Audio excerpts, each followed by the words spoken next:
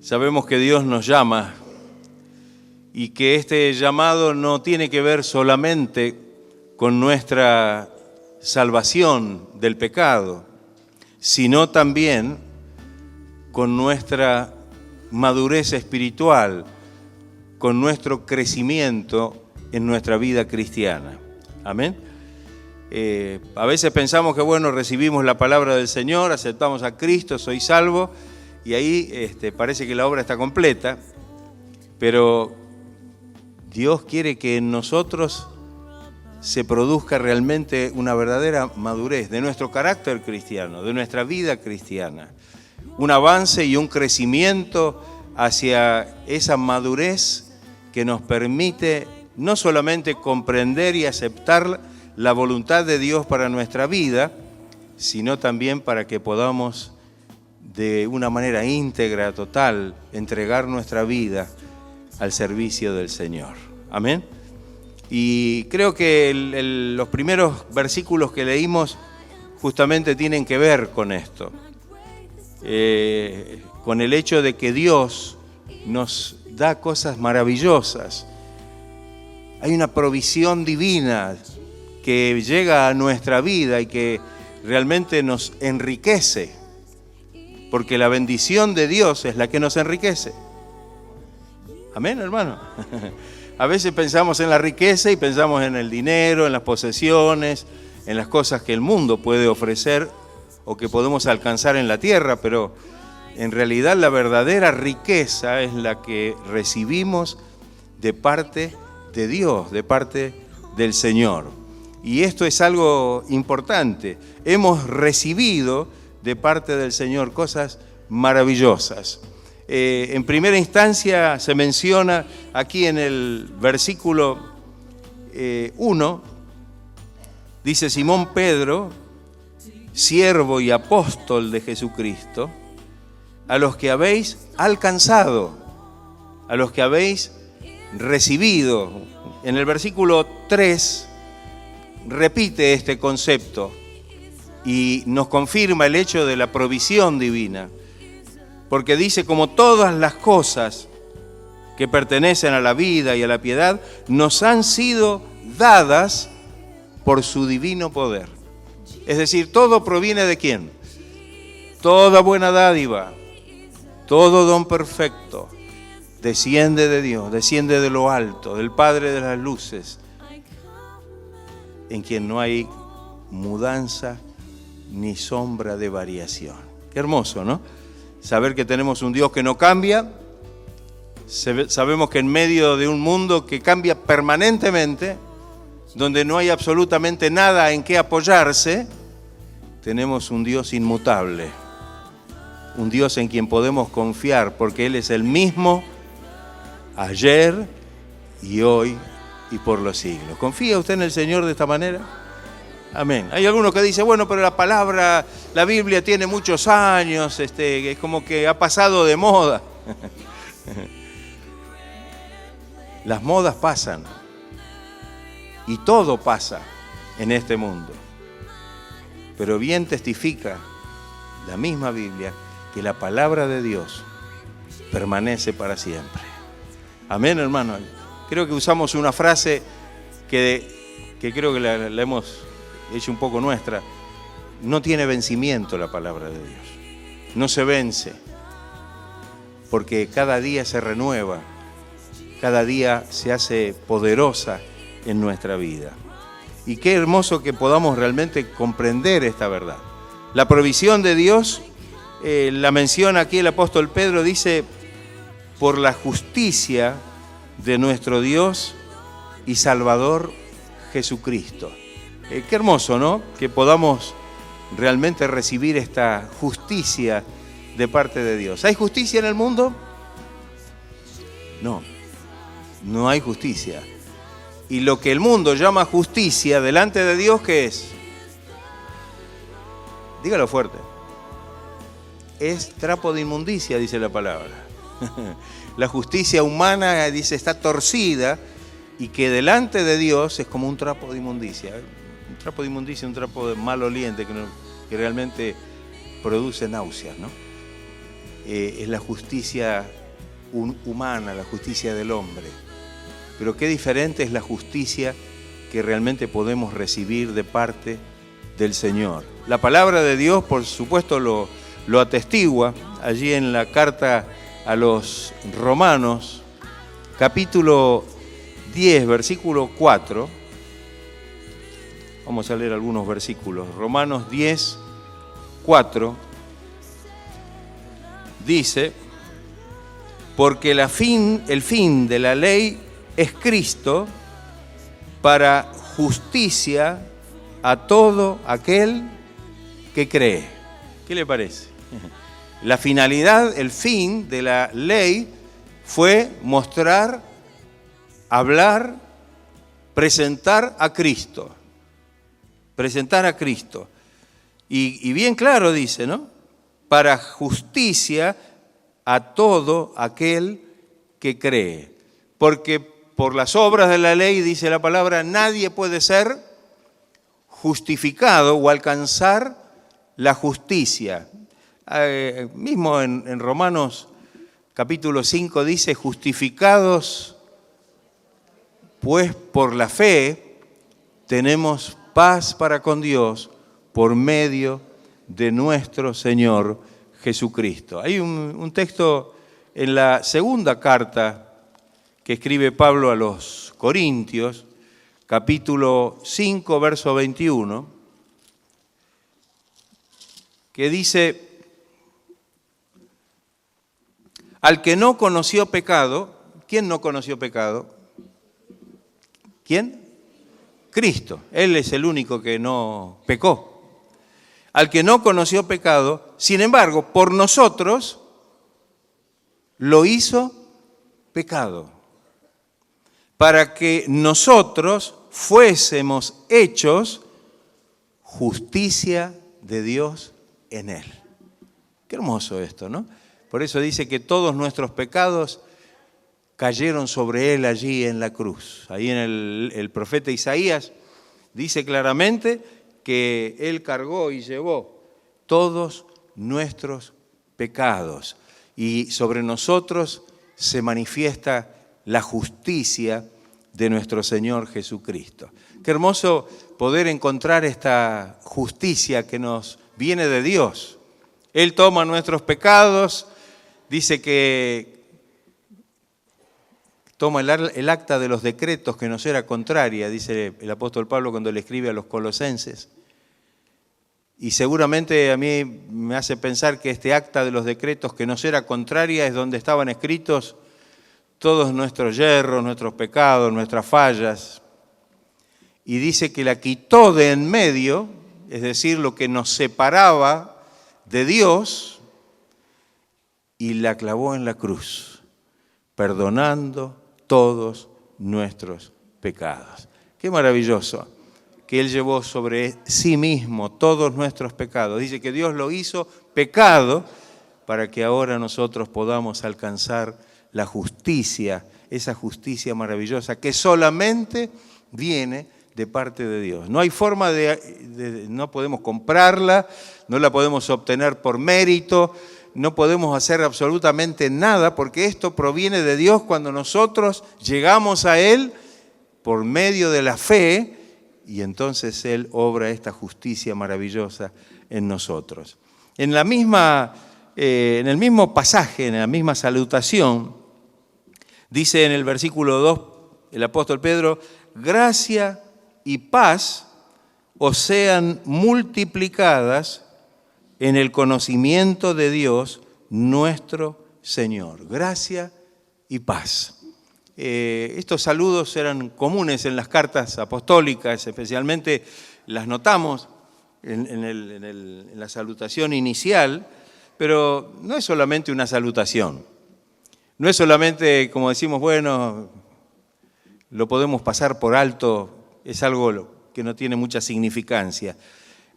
No podemos decir que la gracia no tenga significancia para nuestra vida, como tampoco la paz y como tampoco el conocimiento, que en este caso se menciona como el conocimiento de nuestro Señor Jesucristo.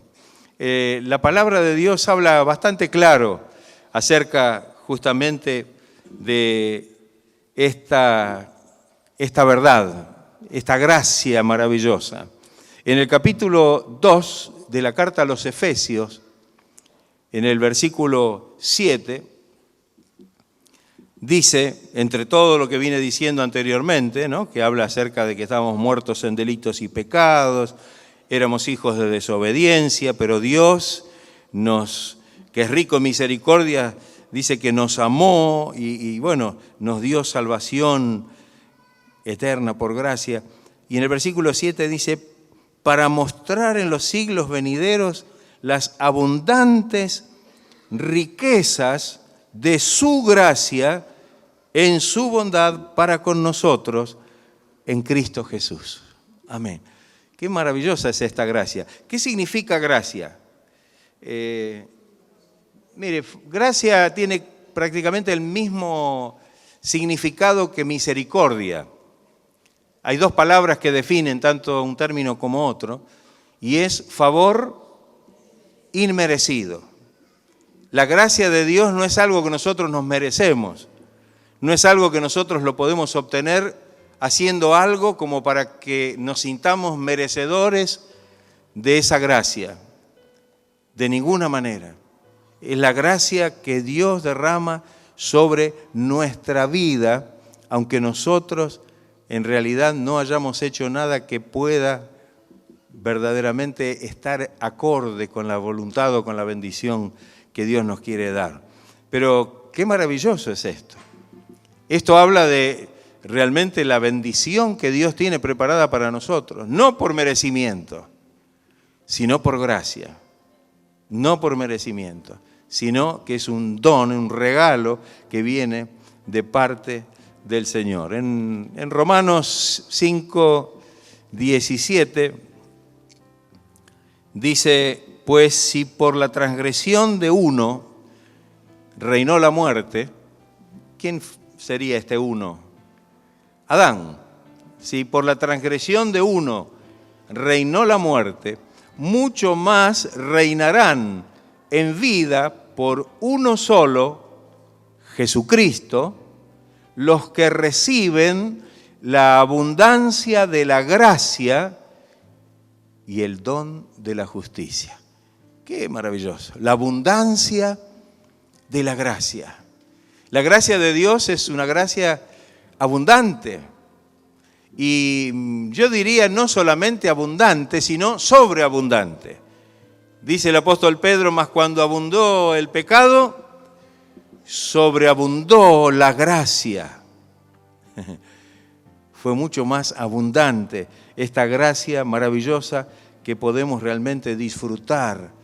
Por eso es que la palabra gracia es una palabra maravillosa. Hay himnos dedicados a la gracia, ¿no? A ese himno tan hermoso que dice sublime gracia. Yo creo que casi todos lo hemos cantado, escuchado y cada vez que lo cantamos o lo escuchamos se nos quebranta el corazón, ¿no?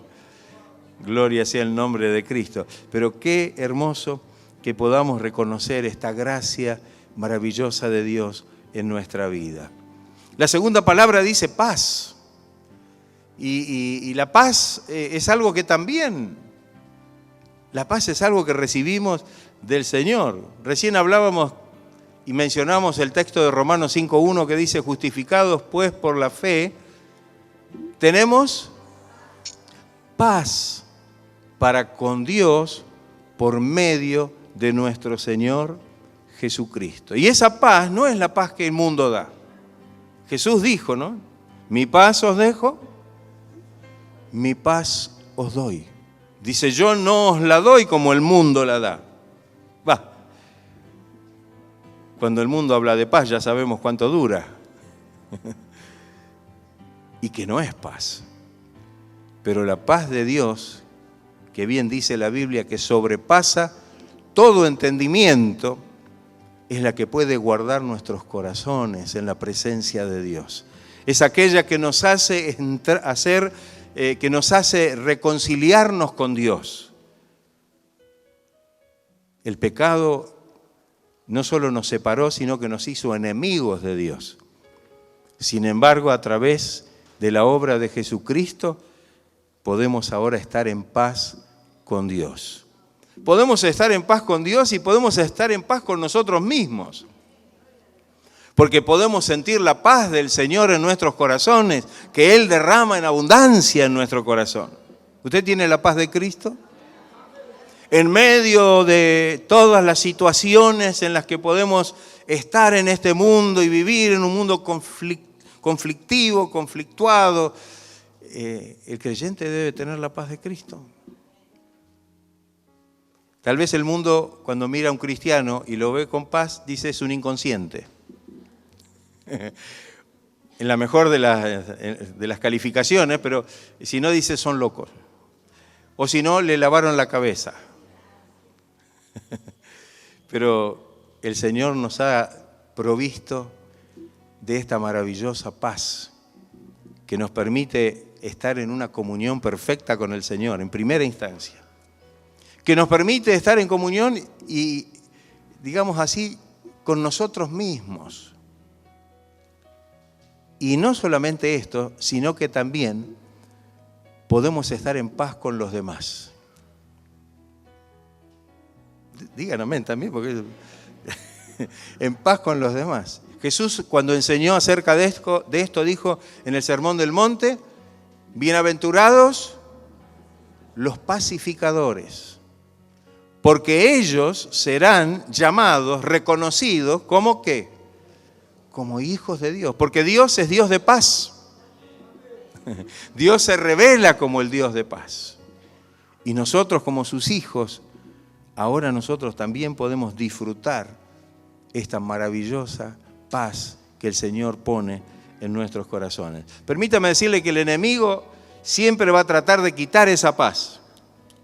¿O no es así? Siempre va a tratar de inquietarnos a tal punto de robarnos la paz, la bendición que Dios nos dio. Dice la Biblia que ¿a qué vino el diablo a este mundo? Juan 10:10.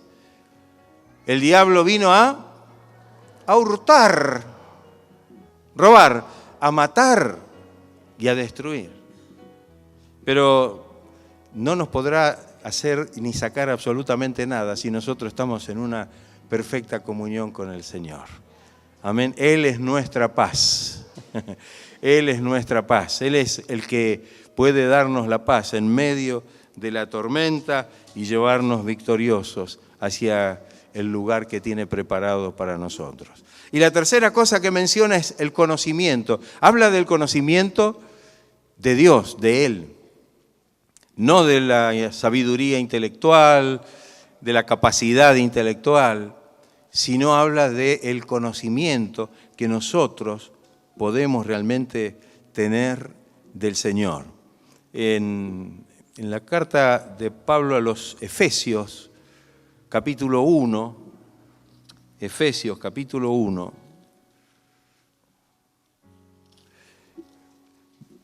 versículo 17, perdón, 17, 1:17. Para que el Dios de nuestro Señor Jesucristo, el Padre de gloria, os dé espíritu de sabiduría y de revelación, fíjese, ¿en qué? En el conocimiento de ¿quién? De Él. En el conocimiento de Jesús, en el conocimiento de Dios. Es necesario conocer a Dios. Amén. Es necesario. Alguno dirá, bueno, pero ¿cómo podemos conocerlo? Él se revela y a través de su palabra se da a conocer y a través de su espíritu mora en nosotros. La palabra conocer en la Biblia, creo que lo hemos dicho muchísimas veces, tiene una implicancia muy diferente al uso común de la palabra conocer en el mundo.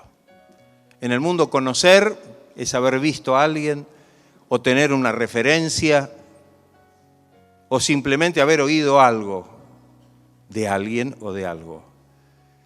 Pero la palabra conocer en la Biblia nos habla de un conocimiento profundo que tiene que ver con la experiencia. Y esto es algo maravilloso. No podremos conocer al Señor a menos que experimentemos una relación personal, íntima con el Señor. Amén, hermanos. Ese es el punto. ¿Y cómo se logra esto? El Espíritu Santo es el encargado de revelarnos a Cristo, de poder mostrarnos realmente quién es el Señor y que podamos verdaderamente tener un conocimiento cada vez más excelente de la gracia del Señor y de lo que es el Señor. Sabemos que nuestra vida tiene que ser transformada. Tiene que ser transformada. ¿Pero a imagen de quién? ¿A imagen de quién? Mire, yo tengo que ser como fulano. Yo quisiera ser como mengano. Yo, si pudiera ser como fulano, porque... No.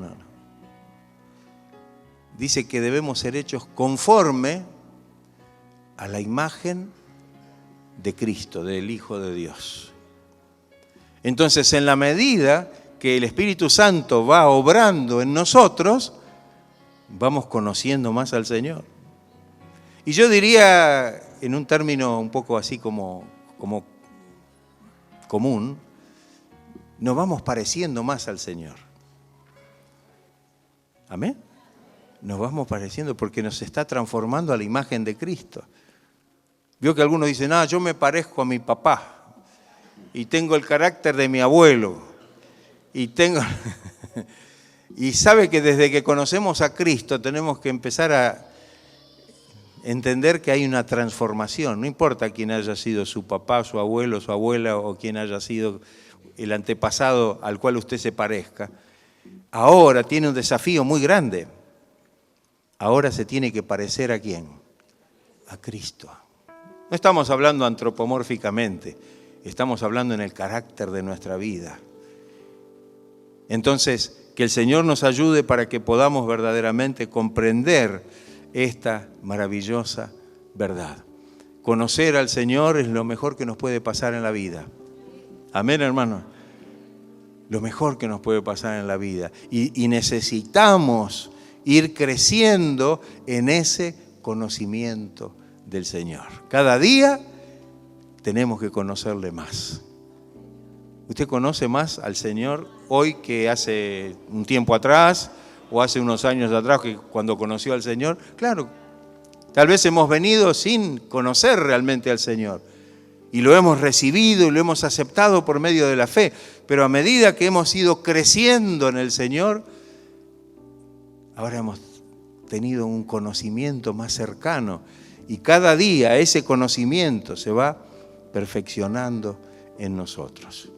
Porque el que comenzó en nosotros, dice el apóstol Pablo, la buena obra la perfeccionará hasta el día de Jesucristo, es decir, hasta que el día que el Señor venga.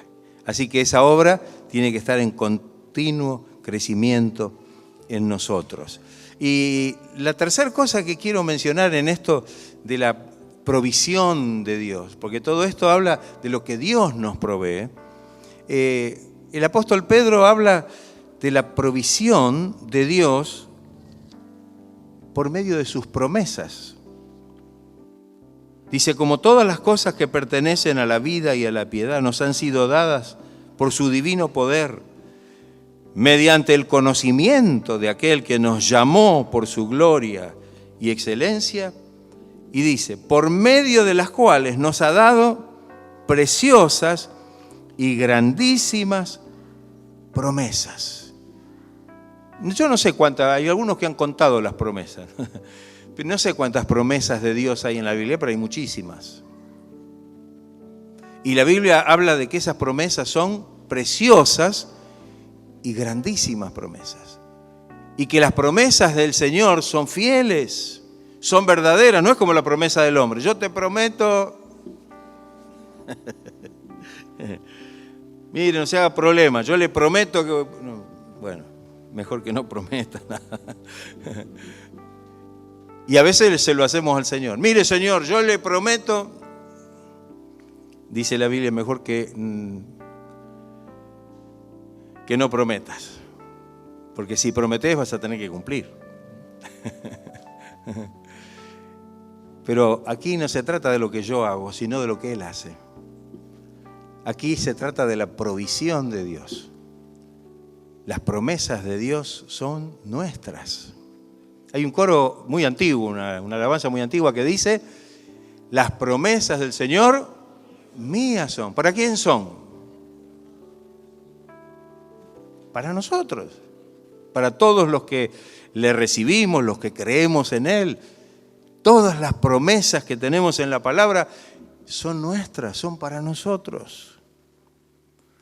El apóstol Pablo, cuando le escribe allí la segunda carta, dice que las promesas de Dios para nosotros, por medio de Jesucristo, son sí y amén. Esto nos da la seguridad y la certeza con la que debemos creer en las promesas de Dios. Yo puedo dudar de la promesa de las personas, porque todos tenemos, como decía el pastor Reyes, somos cortados por la misma tijera. Y muchas veces prometemos, pero no cumplimos. Por eso el Señor dice, mejor no prometas. Pero Dios no es hombre. Dios es Dios. Y Él promete. Y esas promesas el Señor nos las da. Es la provisión de Dios para nuestra vida. Y todas esas promesas en Cristo para nosotros son sí y son amén. Que el Señor nos ayude a poder confiar en la promesa del Señor. Amén. Confiar y creer que las promesas del Señor para nosotros son fieles y son verdaderas. Creo que hemos dicho varias cosas que son interesantes, ¿no? La provisión de Dios es muy abundante.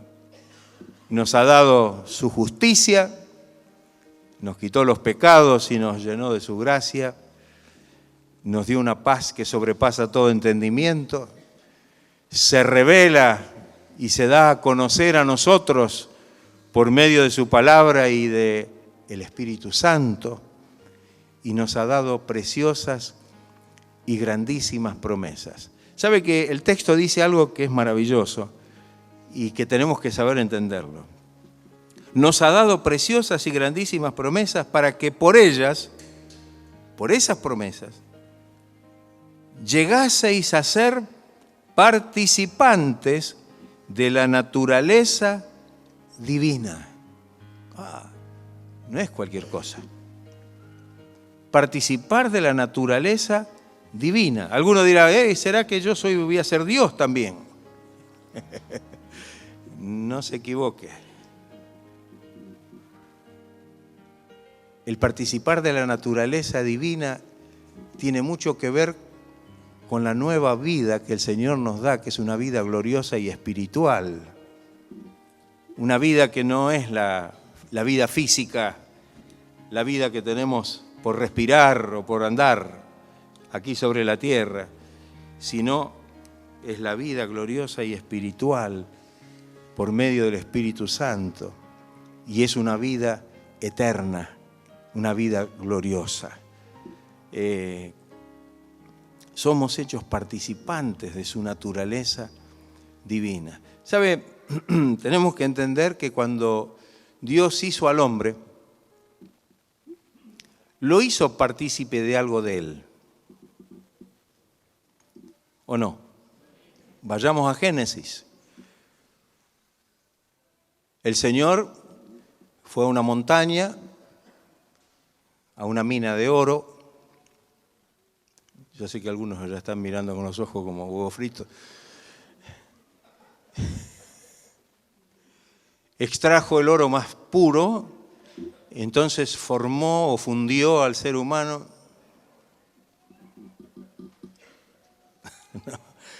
No. Tomó lo más barato y lo más frágil. Dios dice que formó al hombre del polvo de la tierra, del barro, y formó al ser humano. Dice la Biblia que en lo exterior, el apóstol Pablo, cuando habla acerca de vivir por la fe, dice que somos vasos de barro, que no tiene mucho valor, o prácticamente nada, y que es sumamente frágil. Un vaso de cristal, un vaso de oro o de metal precioso, quizás sea mucho más resistente, pero el barro, usted le pega un golpecito.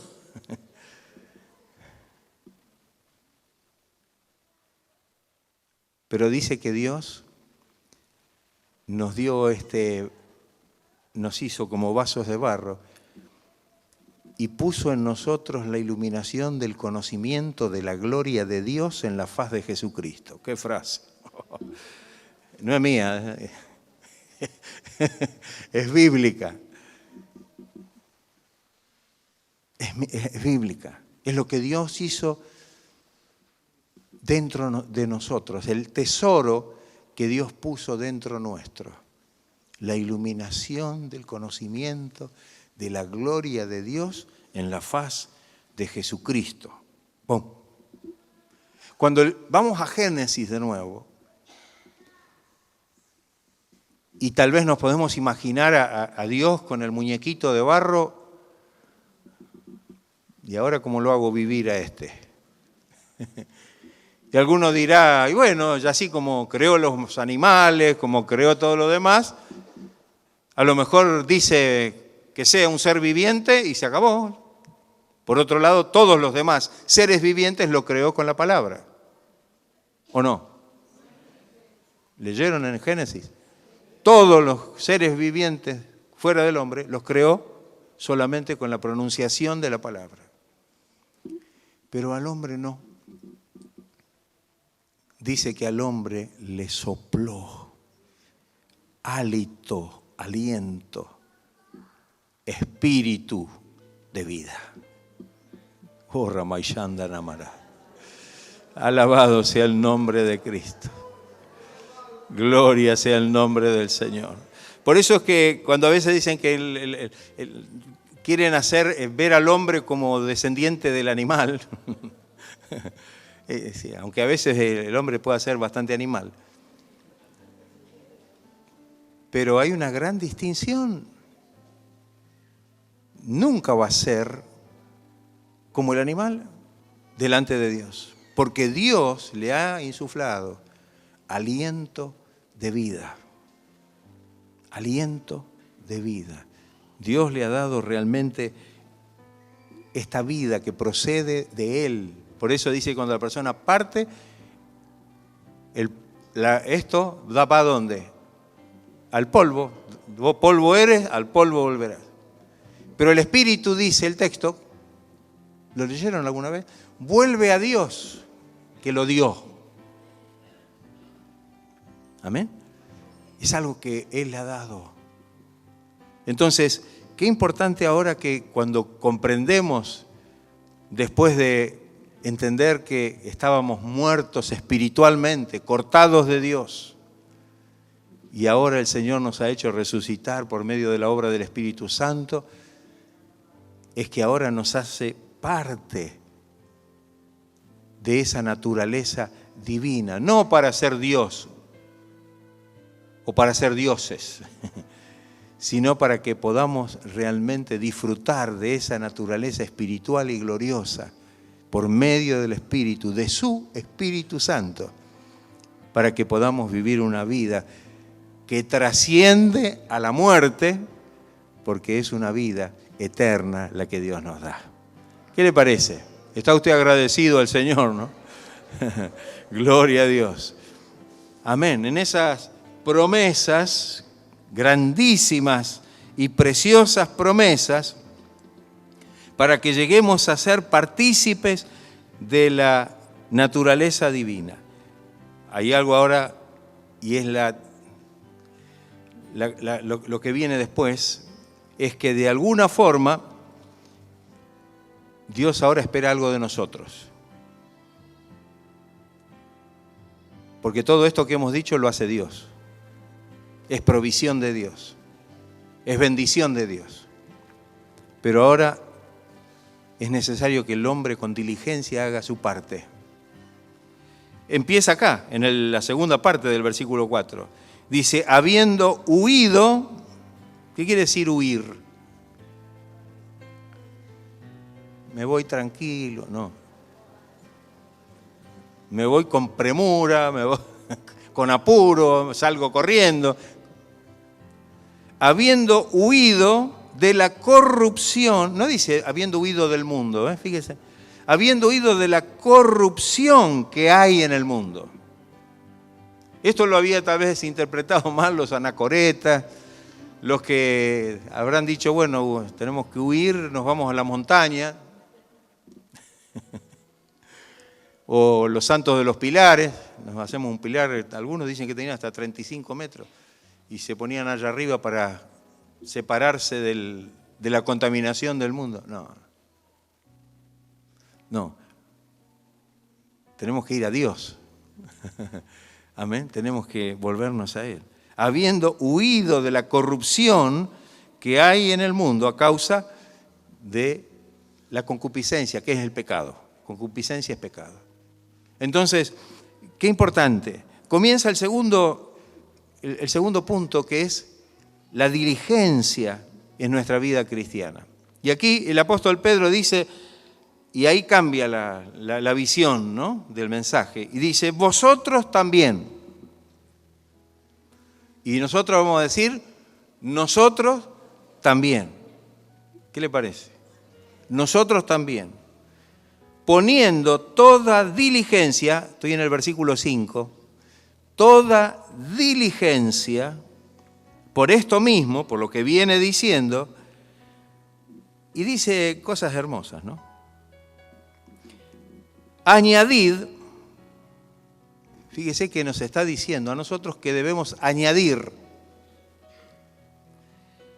a la fe virtud, a la virtud conocimiento, al conocimiento dominio propio, al dominio propio paciencia, a la paciencia piedad, a la piedad afecto fraternal y al afecto fraternal amor.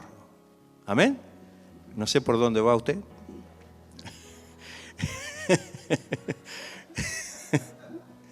No sé por dónde andamos. Añadir a la fe. ¿Por qué dice en principio añadir a la fe? Porque la fe es el comienzo. Porque nos acercamos al Señor por fe creemos, por fe comenzamos nuestra relación con Dios, por fe recibimos la salvación, como dice Efesios capítulo 2, somos salvos por gracia, por medio de la fe, es lo básico. Cuando nosotros leemos vamos a leer, 6:1 de la carta a los Hebreos, menciona la fe como uno de los rudimentos de la doctrina de Cristo, es decir, de las cosas primeras, de las cosas básicas. Y les dice el escritor de la carta a los Hebreos a los cristianos, por tanto, dejando ya los rudimentos de la doctrina de Cristo, es decir, las cosas básicas, las cosas elementales, las primeras, vamos adelante, ¿a qué? A la perfección. ¿Quién es la perfección? Es Cristo, no habla de una perfección mía, sino que habla de que podamos seguir creciendo en aquella dirección, en aquella perfección que es la de Cristo. No echando otra vez el fundamento del arrepentimiento de obras muertas, de la fe en Dios, y así sigue, mencionando 2 o 3 cosas que son fundamentales. Pero dice y menciona la fe como rudimento de la doctrina. Entonces, no me basta solamente con tener fe. Porque uno dice, bueno, tengo fe, gloria a Dios, ya está, listo. Yo recibo todo por fe, todo lo que necesito lo recibo por fe. Pero sin embargo, yo creo que el Señor acá, a través de la palabra, nos confronta con una realidad. Que debemos añadir a nuestra fe virtud. ¿Sabe usted lo que quiere decir virtud?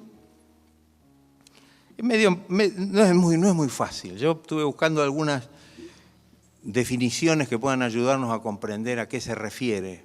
Por supuesto, hay mucho acerca de esto, pero podemos decir que es excelencia moral,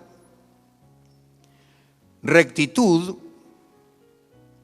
cualidad moral de una persona, de un cristiano en este caso, que se comporta, se conduce de acuerdo a los principios divinos, es decir, a la palabra de Dios. Esa cualidad moral, esto que ahora tenemos que tener para buscar que nuestra vida pueda realmente comportarse de acuerdo a la palabra de Dios.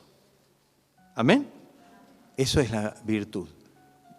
Excelencia, rectitud, pero que todo esto apunta a lo que podemos alcanzar en Cristo. Entonces, tiene que estar esto en nosotros. Añadir a la fe virtud, la condición de poder lograr que caminemos, como dice Hebreos 6, hacia la perfección. Pero, pastor, ¿no será a lo mejor tener esa expectativa de tener que lograr la perfección? Es que dice la palabra que vamos camino a la perfección. Tenemos que seguir adelante, dice, a la perfección, no quedarnos, no estancarnos, no creer que ya creo en Cristo, dije Cristo mi Salvador, tengo fe en el Señor y se acabó. No, ahora necesito vivir una vida de diligencia. Dice el escritor mismo de la carta a los Hebreos que debemos oír con más diligencia. Debemos prestar atención con más diligencia a las cosas que hemos oído, no sea que nos deslicemos de la verdad, del camino del Señor. Debemos poner realmente eso. Entonces, dice bien claro que podamos realmente avanzar en el sentido de la virtud que nos lleva al conocimiento. El conocimiento. Ya hablamos del conocimiento. Amén.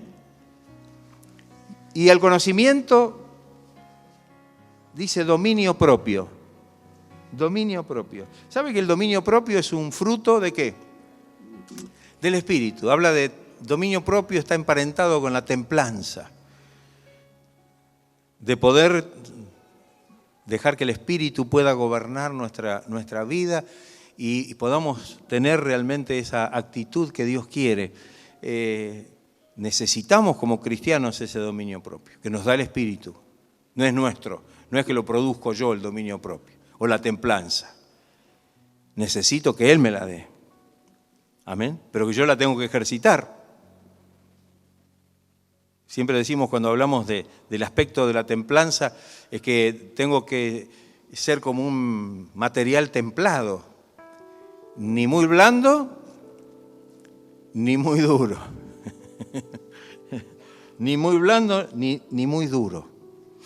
Yo cuando era chico, mi abuelo, entre las cosas que hacía, tenía un taller, él hacía cosas de herrería y aún herramientas. Y tenía, en aquel entonces, estoy hablando de hace unos cuantos años atrás, tenía una fragua que había que darle manija. Y después la carbonilla esa que se le ponía y bueno, yo le ayudaba, era ayudante de herrero, pero yo lo único que hacía era darle vuelta a la manija de la para que le dé viento al... Y ahí él sacaba el hierro al rojo vivo y ahí empezaba a trabajarlo, ¿no? Lo ponía en un tacho y eso tenía que quedar para que esté templado en el punto justo. Si era blando no servía, si era una herramienta, por ejemplo un cortahierro, ni bien lo empezaba a usar se mellaba todo, se doblaba todo. Y si era muy duro, se rompía, le saltaban los pedazos. Este mismo concepto aplicado a nuestra vida nos muestra de que Dios quiere que nosotros alcancemos esa templanza, ese dominio propio, que no saltemos en pedazos,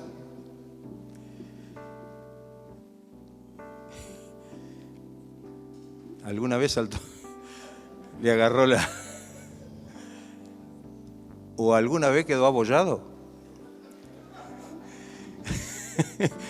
¿Qué le pasa? Y me pasa tal cosa. Nos abolló la cosa. Ahora le llaman estrés, depresión. Pero falta de templanza. Falta de dominio propio. Al dominio propio, añadir paciencia. Paciencia es la capacidad de soportar triunfalmente bajo una presión. Y ahí está el cristiano. Amén. La presión no es la de Dios. La presión es lo que nos rodea. ¿O no es así? Vivimos permanentemente bajo una presión.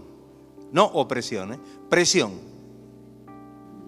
Y ahí está el cristiano, soportando estoicamente, triunfalmente, sabiendo que la paciencia realmente, y dice bien claro la Biblia, que sin paciencia o con paciencia ganaréis vuestras almas. Es necesario que podamos tener esta actitud paciente en la presencia del Señor. Y a la paciencia, piedad. A la paciencia, a esta capacidad de soportar, fuerza para estar firme.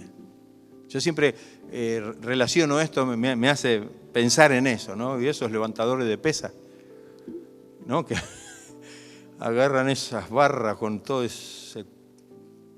y se ponen rojos y levantan es un peso, y cuando logran llegar arriba, pero cuando llegan arriba y pueden soportar el peso, usted le ve una sonrisa. Aunque ya está como al límite, ya un poco más y explota. Sin embargo, hay una sonrisa. Pudo soportar. Y por eso tendrá el premio o tendrá el reconocimiento. El cristiano tiene la gracia y la fortaleza del Espíritu de Dios. Amén. Y dice que el Señor nos dará, juntamente con la prueba o la tentación, la salida para que podamos soportar firme. Amén. Así que no nos quejemos. No nos quejemos. Y a la paciencia, piedad. ¿Qué es la piedad? Ahí hay otra palabrita que a veces por ahí no entendemos. Piedad, a veces pensamos que una persona piadosa es una persona de ojos caídos, medio que anda siempre como mirando si alguien perdió algo.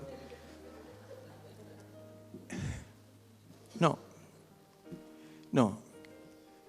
La piedad dice virtud que por amor a Dios inspira devoción y reverencia por las cosas sagradas, por las cosas santas. Y por amor al prójimo, actos de compasión. Nada que ver con esa actitud que pensamos que vemos a una persona así y decimos que piadoso. No. La piedad nos lleva a una devoción y a una reverencia por las cosas de Dios, por las cosas sagradas, por las cosas santas. Y también incluye el concepto de que al ejercitarnos en el amor de Dios podemos realmente ser inspirados por el Señor para tener actos de compasión como el Señor los tuvo con nosotros. Entonces, que el Señor nos ayude. Esto debe añadirse a nuestra vida. Añadir. Y a la piedad, afecto fraternal. El afecto fraternal es el afecto entre, fraterno viene de fratello, y fratello significa, para los italianos, hermano. Hermano. Afecto fraternal es afecto entre los hermanos. En este caso, entre los hermanos de la fe. Porque a veces parece que fuera repetida la última. Dice afecto fraternal que habla del amor entre los hermanos. Amarás a tu prójimo, al que está cerca tuyo, a tu hermano.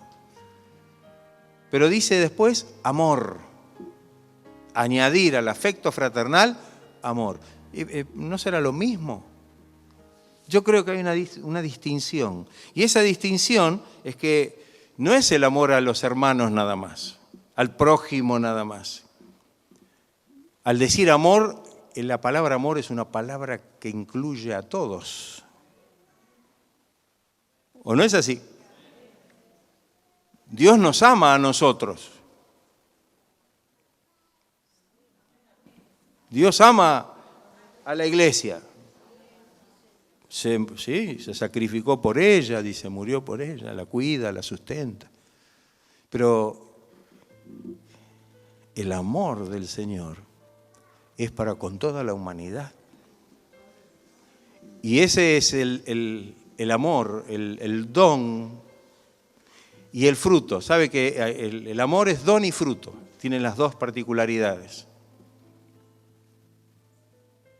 Tiene las dos particularidades. Es un fruto del Espíritu porque es lo que hace el Espíritu Santo dentro nuestro y podemos abrir nuestro corazón para que podamos amar a todos. A Dios, primeramente y por encima de todas las cosas, a nuestro prójimo, a nuestros hermanos y aún, dígalo usted, a nuestros enemigos.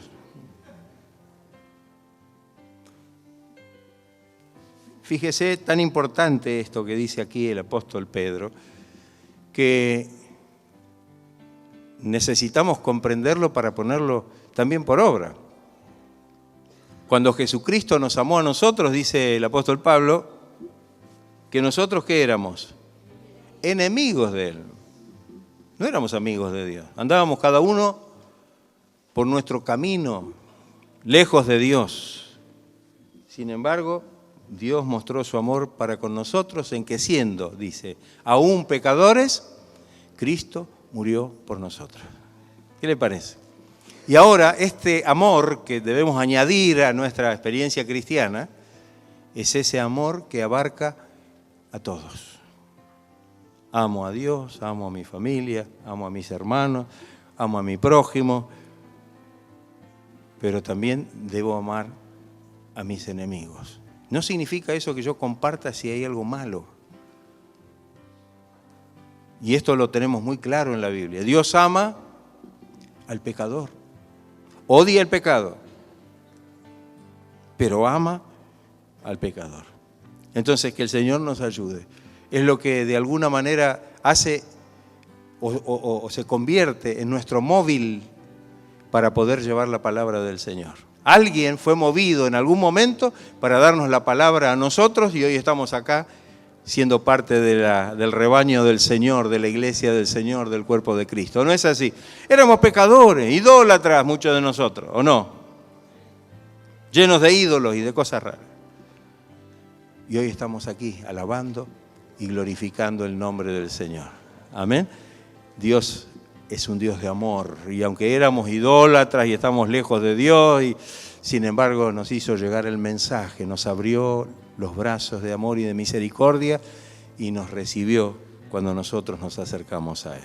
Que el Señor nos ayude para que podamos comprender esta maravillosa verdad. ¿Estaremos dispuestos a añadir estas cosas?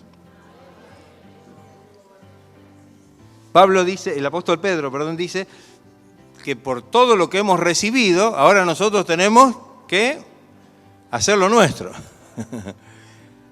Añadir a esta bendición esta experiencia maravillosa y cristiana. Y como último, esto nos muestra que tenemos una vida victoriosa. Tenemos una vida que nos hace sentir seguros en el Señor. En primera instancia, el apóstol habla acá en el versículo 8, fíjese lo que dice. Porque si estas cosas, hablando de todas estas cosas que se añaden, están en vosotros están en vosotros. No os dejarán estar ociosos, es decir, sin hacer nada, ¿no? Ociosos espiritualmente hablando, más allá de lo demás. No nos dejarán estar ociosos. Y dice más, ni sin fruto en cuanto al conocimiento de nuestro Señor Jesucristo. Tenemos que vivir vidas fructíferas. Cuando nosotros leemos allí en Juan capítulo 15, que habla de la vid verdadera, ahí tenemos un gran mensaje acerca de lo que el Señor espera de nosotros. Que podamos llevar fruto. Todo pámpano que en mí no lleva fruto, dice el Señor, lo quitaré y lo echaré fuera. Pero el que da fruto, lo limpiaré para que dé más fruto. Amén. Ahí está. Y todo ese capítulo 15, o la primera parte, notamos que es muy pródigo en la enseñanza de que debemos apuntar a que nuestra vida pueda mostrar frutos, que son los frutos que pueden verse a través de nuestra vida cristiana. Y esto es algo que tiene que ver también con nosotros. Si bien los frutos espirituales los produce el Espíritu, nosotros los tenemos que... No son para nosotros, para tenerlos. Mire, yo tengo todos los frutos del Espíritu Santo, pero adentro. ¿Se acuerda de los frutos del Espíritu Santo? A ver, lo decimos juntos. Amor, gozo, paz, paciencia, benignidad, bondad, fe, mansedumbre, templanza. Sabe que hay otros tantos, pero aquí en Gálatas 5 se mencionan estos. Y uno puede decir, no, pero yo tengo todos estos frutos, están todos condensados acá adentro. Si usted mira y por un momento piensa, ¿el amor es para qué? Para amar. Si yo digo que tengo amor, pero lo tengo guardado y no amo a nadie, el gozo, compartirlo con los demás. La paz, ser pacificadores. La paciencia, como decíamos antes, ser capaces de soportar. ¿Usted tiene paciencia para soportar? No, pero este ya me tiene cansado.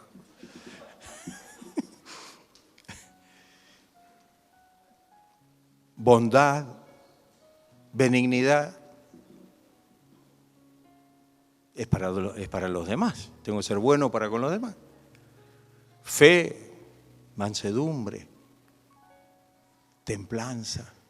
Entonces, que el Señor nos ayude para que nuestra vida pueda ser una vida que muestre y que realmente pueda manifestar los hermosos frutos que el Espíritu Santo va produciendo en nosotros. Amén.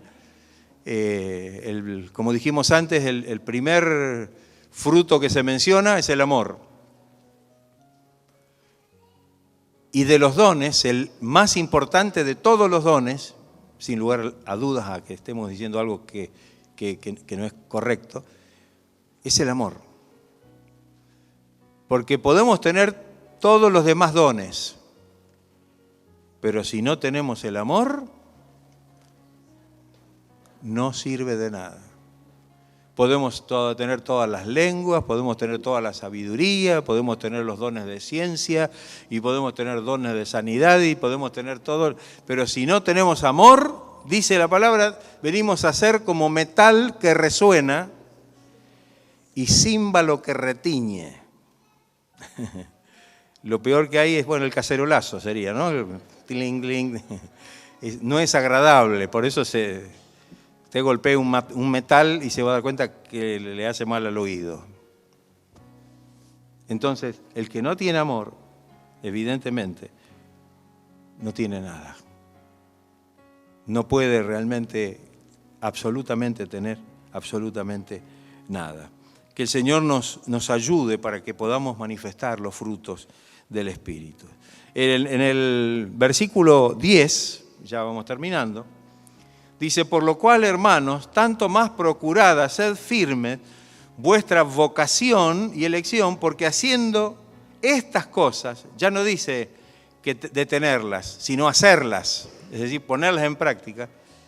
Haciendo estas cosas no caeréis jamás. ¿Sabe que la palabra vocación significa llamado? Amén. La vocación de nuestro servicio es nuestro llamado. Pablo tenía la vocación de ser apóstol, pero había sido llamado a ser apóstol. Esa vocación vino cuando el Señor lo llamó. No es que él estaba afuera con la vocación de ser un apóstol de Cristo, no, era perseguidor de la iglesia. Entonces, qué importante para nosotros poder tener una firme vocación, ser consecuentes con nuestro llamado. ¿Dios lo ha llamado a usted? Dios nos ha llamado. Primeramente nos ha llamado del reino de las tinieblas al reino de la luz. Pero también, aparte de ese llamado que nos hace ahora ser cristianos y estar en la familia de Dios, ahora Dios nos da un llamado para que podamos servir a Dios. Y ese llamado tiene que ver con nuestra vocación de servicio en la obra del Señor. ¿Usted siente una vocación de servicio? No, mire, yo soy un cristiano laico. ¿Sabe que no va a encontrar en la Biblia esa palabra primero? Es que ninguno es cristiano laico. Según la definición del mundo puede ser, o de la religión del mundo. Pero según la palabra de Dios, Dios a todos nos llama porque a todos nos da un talento y nos da un don. Cuando digo talento, hablo de capacidades naturales y cuando digo don, de capacidades espirituales para que podamos servir al Señor. Pero se ve que alguno dirá, yo me parece que llegué tarde porque no reconozco que tenga ninguna cosa. Todos tenemos. A todos Dios le da diferente. ¿Se acuerda la parábola de los talentos, no? A uno le dio 5, a otro le dio 2, a otro le dio 1. Pero todos tenían la misma responsabilidad. Entonces, que el Señor nos ayude para que hagamos firme nuestra vocación, nuestro llamado. Él me ha llamado. Él me llamó. No es que yo vine porque quise. Y si estoy sirviendo al Señor es porque Él me llamó, no porque ellos me tienen que agradecer que yo estoy haciendo esto. ¿Ah, sí? Mire, me acabo de enterar ahora de eso. Hay algunos que sirven al Señor creyendo que le están haciendo un favor a la obra de Dios. No. Los favorecidos de que Él nos haya llamado para servir en la obra somos nosotros. Y aún así somos deudores al Señor. A pesar de que Dios siempre nos retribuye el servicio que ofrecemos a Él de corazón con bendiciones sobreabundantes. ¿O no es así, hermano? Es así. Podemos dar testimonio de que esto es así. Entonces, que el Señor nos ayude y que podamos afirmar nuestra vocación, nuestra elección, que Dios nos haya escogido desde el principio, como dice la palabra. Y ahora poder realmente servirle para la gloria de Dios. Termino el último versículo, algunos dicen gloria a Dios. Por lo cual, hermanos, tanto más, procurad hacer firme vuestra vocación y elección, porque haciendo esto no caeréis jamás. ¿Cómo me gusta eso? Hay algunos cristianos que les gusta la otra frase. Y somos de carne y hueso. Somos humanos. Somos débiles. Somos flacos, no es mi causa, ni mi.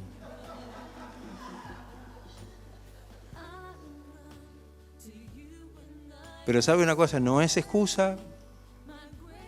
No es excusa. De ninguna manera. Haciendo estas cosas, el Señor nos promete que no caeréis.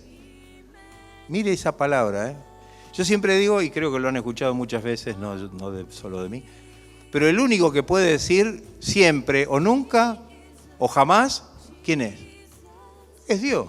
Nosotros no tenemos potestad de usar esas palabras. Pero Dios sí. Y Él dice, no caeréis nunca, no caeréis jamás. Entonces, no se apoye en todas esas excusas que no son excusas delante de Dios.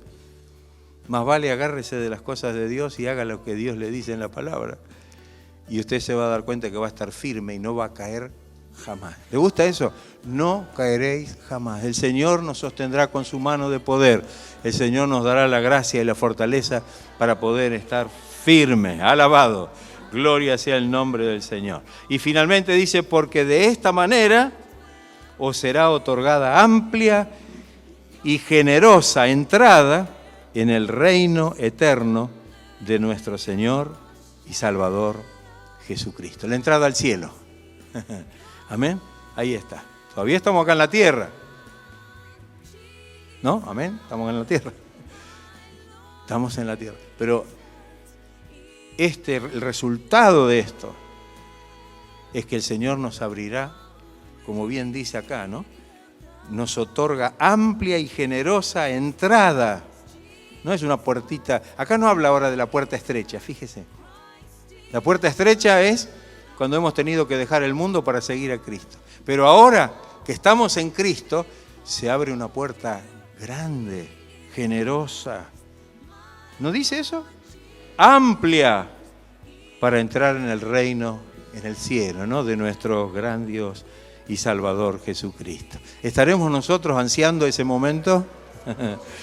Aleluya, gloria sea el nombre de Cristo. Dele gracias al Señor.